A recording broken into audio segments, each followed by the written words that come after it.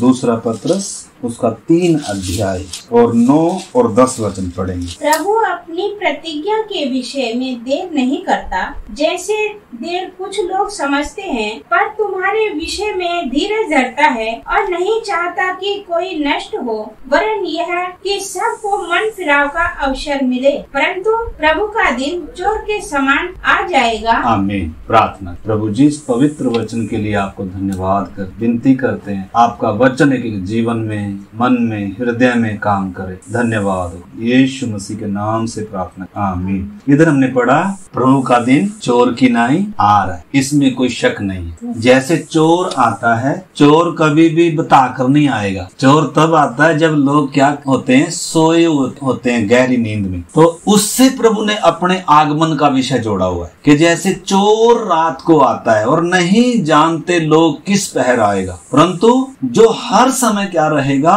जागृत रहेगा, वो प्रभु के साथ जाएगा। जो आत्मिक रीति से जाग रहे हैं, देश दुनिया में क्या हो रहा है, प्रभु का आगमन निकट है, जो तैयार हो रहा है उसके लिए, जो उसकी आगमन को प्रिय जानता है, जो उसकी आगमन को प्रिय ही नहीं जानते, जो जाग ही नहीं रहे हैं, जो आत्मिक तौर पर सोई दशा में हैं, उनके लिए फिर खतरे की क्या है, घंटी है। इसलिए बाइबल बार बार कहती है, जागते रहो, प्रभु की आगमन को क्या जानो, प्रिय जानो, उसकी बाट जोते रहो, अपने जीवनों को उसके लिए क्या करो, तैयार करो। तो आज जो हम परमेश्वर का वचन सीख रहे हैं, इधर लिखा है, परमेश्वर अपनी प्रतिज्ञा के विषय में देर नहीं करता, जैसे बहुत सारे लोग सोच रहे हैं कि अभी तो देर हो रही है या अभी नहीं आएगा। प्रभु तो चोर की ना ही आएगा, परंतु वो धीरज धरे हुए है, वो नहीं चाहता कोई भी क्या हो, नष्ट हो जाए, वरन सबको मन फिराव का क्या मिले, अवसर मिले। तो इन दिनों हम सब ने भी, जो नए हमारे भाई बहन जुड़ रहे हैं, संगति में आ रहे हैं, जिन्होंने अभी तक उद्धार का अनुभव नहीं पाया, जो अभी तक जंगली जैतून से कटकर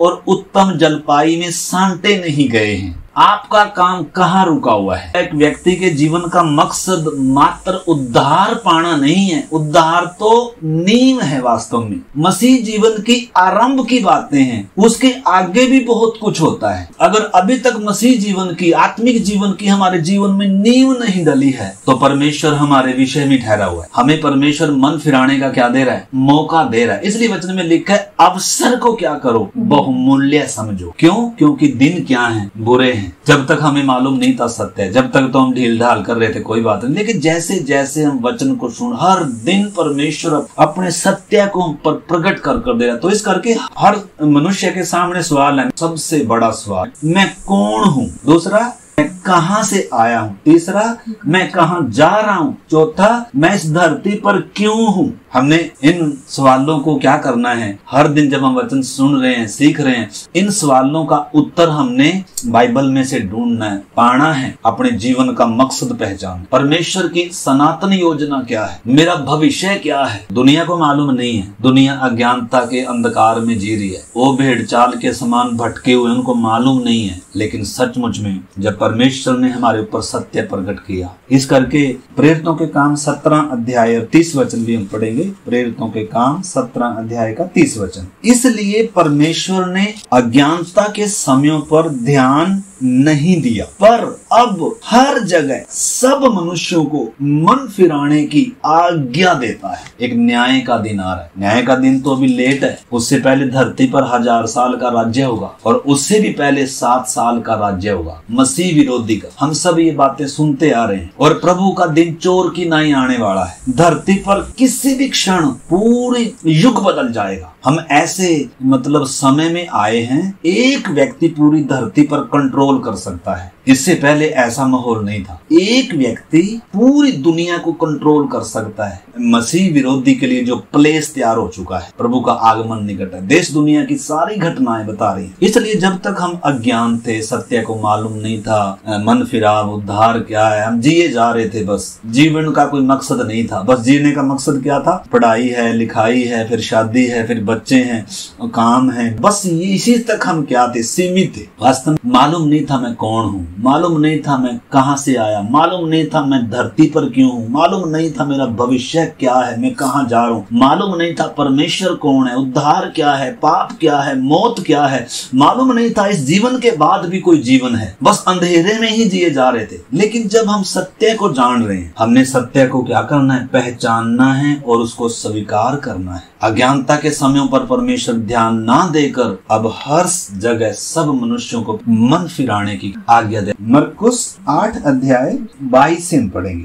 देखो, प्रभु यीशु मसीह इधर एक अंधे को आंख दे रहा है और उसका जो तरीका अपना रहा है वो कितना, मतलब यीशु मसीह ने बहुत सारे अंधों को ठीक किया, बहुत सारी घटनाएं, सबको एक समान सबके जीवन में परमेश्वर ने काम नहीं किया। ये हमारे लिए भी संदेश है, सबके जीवन में परमेश्वर एक समान काम नहीं कर। परमेश्वर के काम करने के तरीके अलग अलग हैं हर एक व्यक्ति के, उसके जीवन में, उसके परिवार में। तो इधर हम देखते हैं किसी अंधे को लोग उसके पास ले आए थे कि उसको छूकर उसको चंगा करे, और यीशु ने क्या किया, उसे गांव के बाहर ले गया, किया उसकी आंखों में थूक कर और उस पर क्या रखे, हाथ रखे और उससे पूछ रहा, क्या तू कुछ देखता है? कितना अजीब है, देखो ना कितना अजीब है, कितने सवाल भी उठते हैं, लेकिन इसमें भी बातें हैं कुछ सीखने के लिए हमारे लिए, ठीक है ना। तो क्या परमेश्वर के हर तरीके को हम अपनाने के लिए, स्वीकार करने के लिए तैयार हैं? तो आगे हम देखते हैं 24 में, उसने आंख उठाकर क्या कहा, मैं मनुष्य को देखता हूँ, वे मुझे चलते हुए पेड़ों जैसे दिखाई देते हैं। तब उसने दोबारा उसकी आंखों पर हाथ रखे और अंधे ने ध्यान से देखा, वह चंगा हो गया और सब कुछ साफ साफ देखने लगा। सब कुछ क्या करने लगा, यानी कि इसके जीवन में देखो थोड़ा थोड़ा काम हो रहा है। मतलब ये हमारे लिए, ये हमारा विषय नहीं है, लेकिन थोड़ा सा समझने के लिए, कई बार परमेश्वर का काम करने का तरीका धीरे धीरे होता है। जैसा किसी के साथ नहीं किया, ऐसा शायद मेरे साथ या आपके साथ हो। ये हमारे लिए लिख कर दिया ताकि हम चाहे कुछ भी, कैसी भी परिस्थिति हो, धीरे धीरे हो, तो भी मैं परमेश्वर पर क्या रखूं, विश्वास रखूं। बहुत सारे ऐसे हैं, अगर चंगाई नहीं मिली तो उनका विश्वास ही क्या हो जाता है, डामाडोल हो जाता है। दोबारा से उसकी आंखों पर हाथ रखे तो वो ध्यान से क्या करने लगा, पूरा साफ साफ देखने लगा। तो हमें मतलब निराश नहीं होना चाहिए, हमें आस नहीं छोड़नी चाहिए, हमें अविश्वास नहीं रखना चाहिए। जब हम प्रभु के पास आए हैं तो आज नहीं तो कल हमारे जीवन में, हमारे परिवार में प्रभु का कार्य पूर्ण होगा। हमें धीरज के साथ क्या करना है, भरोसा करना है। एक तो इसमें ये बातें भी जानने के लिए, परंतु हमारा विषय जो आज है वो 26 में है। इसमें लिखा है, उसने उसे यह कहकर घर भेजा, इस गांव के भीतर पांव भी न रखना। बैतसैदा गांव है, एक नगर है, एक व्यक्ति के साथ परमेश्वर ने अलग अलग तरीके से व्यवहार और काम किया है। इधर हम देखें, प्रभु यीशु मसीह उसको वैसे ही ठीक कर सकता था, लेकिन गांव के बाहर ले गया, और गांव के बाहर भी जब ले गया वैसे बोलकर ठीक कर सकता था, कितनों को चंगा कर दिया। लेकिन इसके साथ जो तरीका अपना रहा है वो बिल्कुल भिन्न है, और हमारे देखने में ऐसे लगेगा कि बिल्कुल क्या है, कौन विश्वास करेगा ऐसी बातों पर, कौन मतलब उसको सही करेगा। परंतु वही सृष्टि करता है, सृजनहार है, हमारी जिंदगियों पर उसका संपूर्ण हक और अधिकार है। क्या हम उसको काम करने। एक और अंधे को प्रभु ने ठीक किया था, उस पे मिट्टी लेकर हथेली पर थूक कर गिल्ली कर कर लगा दिया और बोला, जा सीलो की कुंड में धो ले। तो परमेश्वर के काम करने के तरीके अलग हैं। उसमें क्या बता रहा था, उसमें ये दिखा रहा था, और भी बातें हैं उसमें सीखने के लिए। उसमें दिखा रहा था प्रभु कि हे इंसान, जिसने तुझे मिट्टी से रूप दिया ना, तेरा पुतला बनाया और अपने जीवन का श्वास फूंका, मैं वही परमेश्वर हूँ। तो प्रभु संदेश भी दे रहा था इन घटनाओं के द्वारा, और उसके अलावा उस व्यक्ति विशेष के विश्वास के ऊपर भी परमेश्वर काम कर रहा है। अब इधर जो बात हम देख रहे हैं, प्रभु ने कहा उसको ठीक तो कर दिया, लेकिन प्रभु ने कहा कि इस नगर में पांव भी नहीं रखना। बहुत बार प्रभु हमें बहुत सारी चीजों से अलग होने के लिए बोलता है। क्यों बोला होगा बताओ इसने ऐसा? उस गांव में पांव भी न रखने के लिए क्यों बोला प्रभु ने कि उस गांव में पांव भी नहीं रखना? यीशु मसीह ने अपनी जो सेवकाई शुरू किया था वो गलील के प्रदेशों में शुरू किया था, और प्रचार क्या था प्रभु यीशु मसीह का कि मन फिराओ, स्वर्ग का राज्य निकट आया है। और यीशु मसीह ने इन नगरों में फिरते हुए बहुत सारे आश्चर्य काम किए, लोगों को सच्चाई बताई। अगर आपने पढ़ना है तो देखो आप मत्ती 11:20 से, तब वह उन नगरों को उलाहना देने लगा जिनमें उसने बहुत से सामर्थ के काम किए थे, क्योंकि उन्होंने अपना मन नहीं फिराया था। जहाँ लोग परमेश्वर के वचन को अहमियत नहीं देते हैं ना,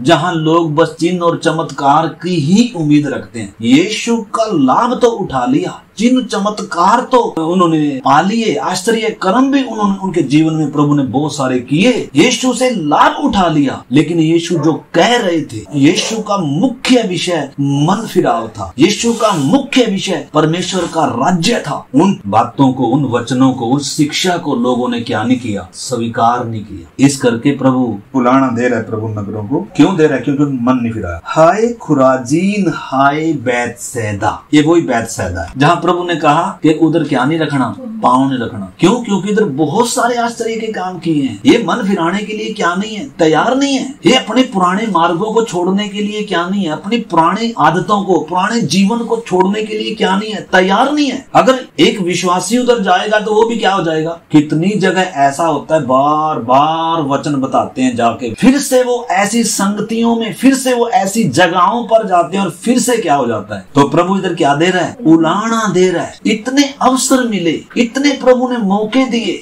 इतने प्रभु ने उनके जीवनों में काम किए, लेकिन उनका परमेश्वर के राज्य से मन फिराने से, प्रभु की इच्छा को पहचानने से, उसको सत्य को ग्रहण करने से दूर दूर तक कोई क्या ही नहीं है, कोई मन ही नहीं। तो इधर प्रभु क्या कह रहा है, हाय खुराजीन जो मन नहीं फिराए, जिन नगरों ने मेरे प्यारे भाई बहनों मन नहीं फिराया। धूप देखी नहीं प्रभु ने, बारिश देखी नहीं, भूख देखी नहीं, प्यास देखी नहीं, पाँव में छाले देखे नहीं, नगर नगर जाकर, गांव गांव जाकर लोगों के साथ भलाइयां करी, लोगों को सच्चाई बताई, परमेश्वर के राज्य का वचन बताया। लेकिन लोगों ने आशीष तो पा ली, चंगाइयां पा ली, भूत प्रेत निकलवा लिए, लेकिन लोगों ने अपने पापों से मन नहीं फिराया, परमेश्वर की बातों पर क्या नहीं लगाया, मन नहीं लगाया। इसलिए प्रभु ऐसे नगरों को उलाहना दे रहा है। क्या कह रहा है, हाय खुराजीन, हाय बैतसैदा जो सामर्थ के काम तुझ में किए गए, यदि वो सूर और सैदा में किए जाते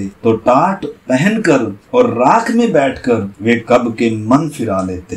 पुराने नियम में कई नगर ऐसे थे। आप जब पुराने नियम में जाएंगे तो कुछ नगरों को उनको मौका भी नहीं मिला सच्चाई जानने का, मन फिराने का। कितनों को क्या ही नहीं दिया, मौका ही नहीं दिया। अगर उनको ऐसे मौके दिए जाते, ऐसे उनको परमेश्वर के राज्य के बारे में, आपको मालूम है हर रोज हजारों लोग मर रहे हैं, तड़फ तड़फ के मर रहे हैं, कितने तो अस्पतालों में मर रहे हैं, बीमारियों से मर रहे हैं, एक्सीडेंट से मर रहे हैं, लड़ाइयों से मर रहे हैं। पाप के कारण इंसान मौत के वश में पड़ा हुआ है और विनाश की ओर जा रहा है। उनको एक बार भी मौका नहीं मिला। जब कितनों को एक बार भी मौका नहीं मिला हो मेरे प्यारे भाई बहनों, हम इस समय वचन सुन रहे हैं, सीख रहे हैं, हमको प्रभु ने कितने अवसर दिए हैं। हम मन कब फिराएंगे, हम प्रभु को अपना जीवन कब देंगे, हम प्रभु के लिए द्वार कब खोलेंगे, कब अनुमति देंगे प्रभु मेरे जीवन में आ, कब तक द्वार पर खटखटाएगा, हम कब तक संसार में लिप्त रहेंगे, कब तक ना हम परमेश्वर को, यीशु को अपने जीवन का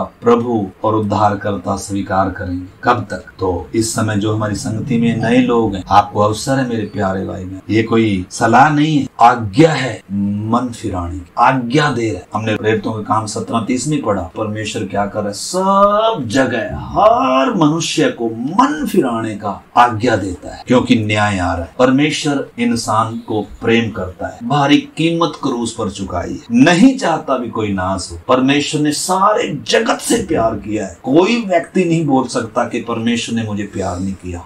क्रूस परमेश्वर के प्रेम को भी दिखाता है, और क्रूस परमेश्वर के न्याय के पूरे होने को भी दर्शाता है, और क्रूस पाप कितना भयंकर है उस चीज को भी दर्शाता है, और क्रूस ये भी दर्शाता है कि जो सजा पापी की थी, इंसान की थी, उसकी जगह यीशु मर रहा है। तो इस करके हमने मेरे प्यारे भाई बहनों, इन दिनों जिसने भी अभी तक उद्धार का अनुभव नहीं पाया, और जिन्होंने उद्धार का अनुभव पाया, बपतिस्मा ले लिया, वो ये नहीं सोचे कि हाँ हमने भी क्या करना है, हमने भी जानना है मैं दिन भर किसकी इच्छा के लिए जी रहा हूँ, मैं किसकी खुशी के लिए जी रहा हूँ, मेरे जीवन का मकसद क्या है। हमें भी मन फिराने की जरूरत। अगर बपतिस्मा लेकर परमेश्वर की इच्छा से मेरी इच्छा अगर मेल नहीं खाती, परमेश्वर की योजना से मेरी योजनाएं अगर मेल नहीं खाती, मेरी योजनाएं कुछ और हैं, परमेश्वर की योजनाएं कुछ और हैं, हमने धीरे धीरे अपने आप को परमेश्वर की इच्छा में ढालना होता है, परमेश्वर की खुशी के लिए जीना स्वीकारना होता है। अपनी इच्छाओं को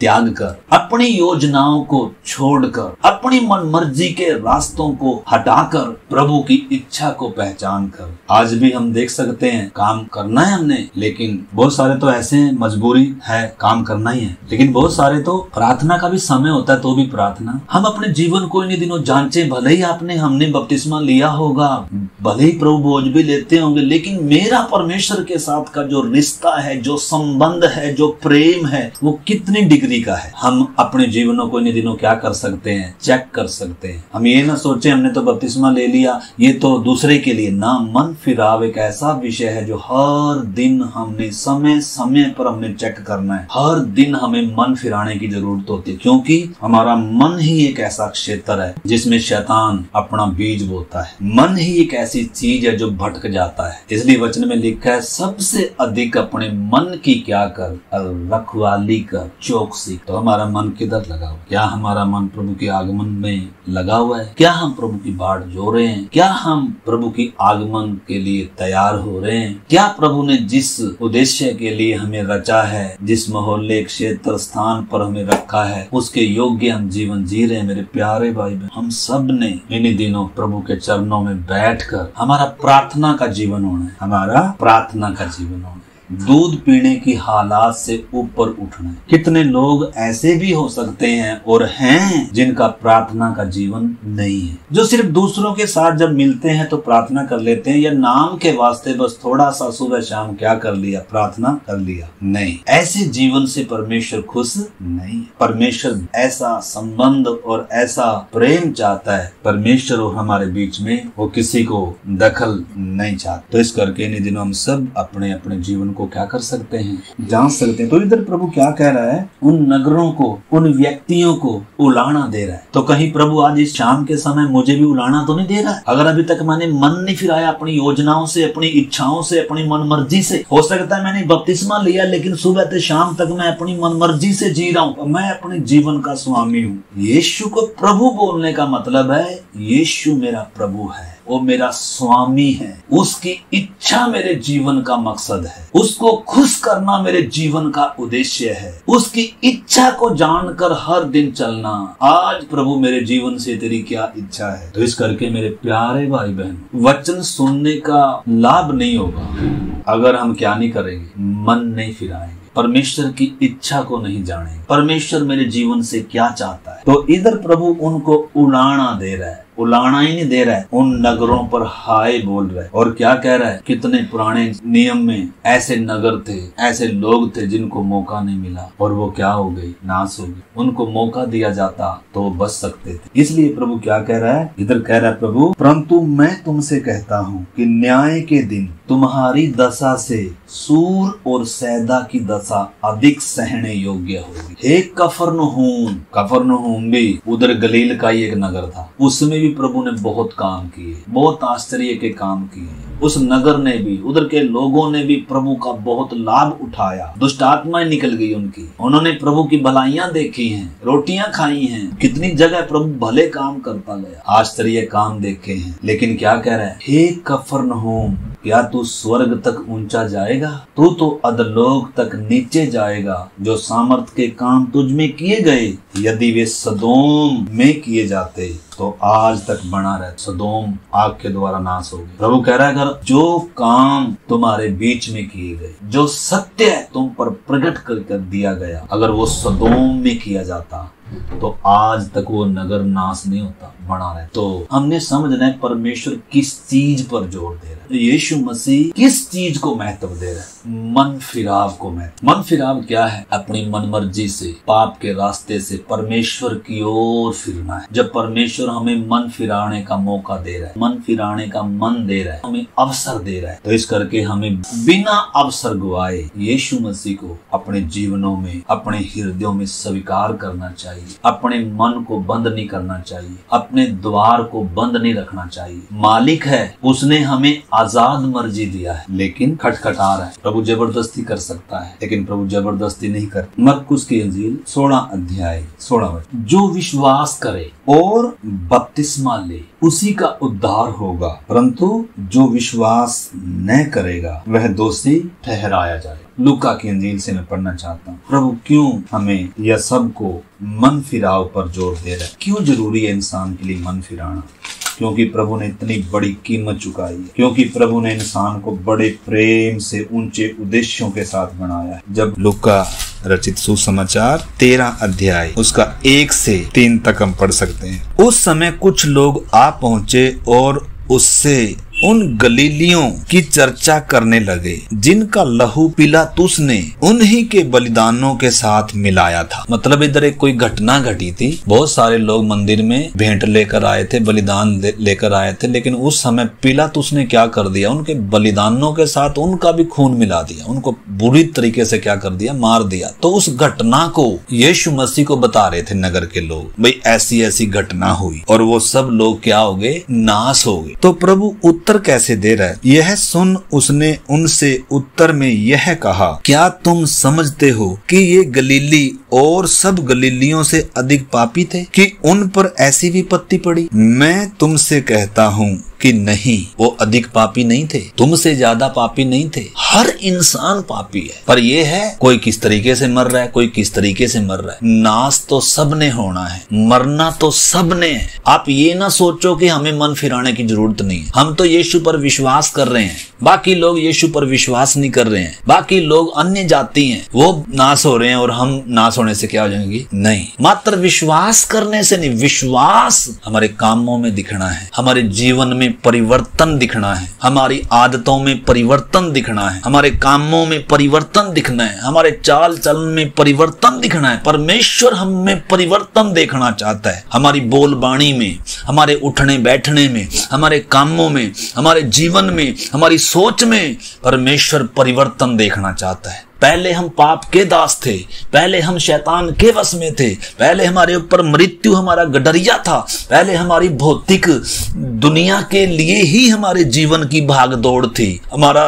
लक्ष्य नाशवान वस्तुओं के लिए था, हमारा पूरा समय हम इन चीजों के लिए बिताते थे, सत्य से दूर थे। लेकिन अब क्या आना है हमारे जीवन में, हमारे चाल चलन में, हमारी सोच विचारों में परिवर्तन आना है। जब परमेश्वर ने हमें इतने ऊंचे उद्देश्य से रचा हो, जब इतनी बड़ी कीमत परमेश्वर ने हमारे लिए चुकाई हो, अपना सर्वोच्च दे दिया हो, किसी ने हमारे पापों की माफी के लिए हमारे लिए इतना भारी बलिदान दिया हो, क्या मात्र विश्वास कर लेने से बात बनेगी? हमारे जीवन ने पूरी दिशा बदलनी है। पहले जिस तरफ हमारा मुंह था, अब उस तरफ हमारी पीठ होनी है। पहले जिस तरफ हमारी पीठ थी, उस तरफ हमारा मुंह होना है। हम यीशु की तरफ, हम परमेश्वर की तरफ पीठ कर कर चलने वाले थे। हम निकाले हुए थे, अदेन की वाटिका से हम भटके हुए पापी थे। हमारा परमेश्वर से दूर दूर तक कोई नाता रिश्ता नहीं था। हम परमेश्वर के बैरी थे स्वभाव से। तो भले ही हम ईसाई धर्म में पैदा हुए हों, भले ही हम पास्टर के घर में पैदा हुए हों,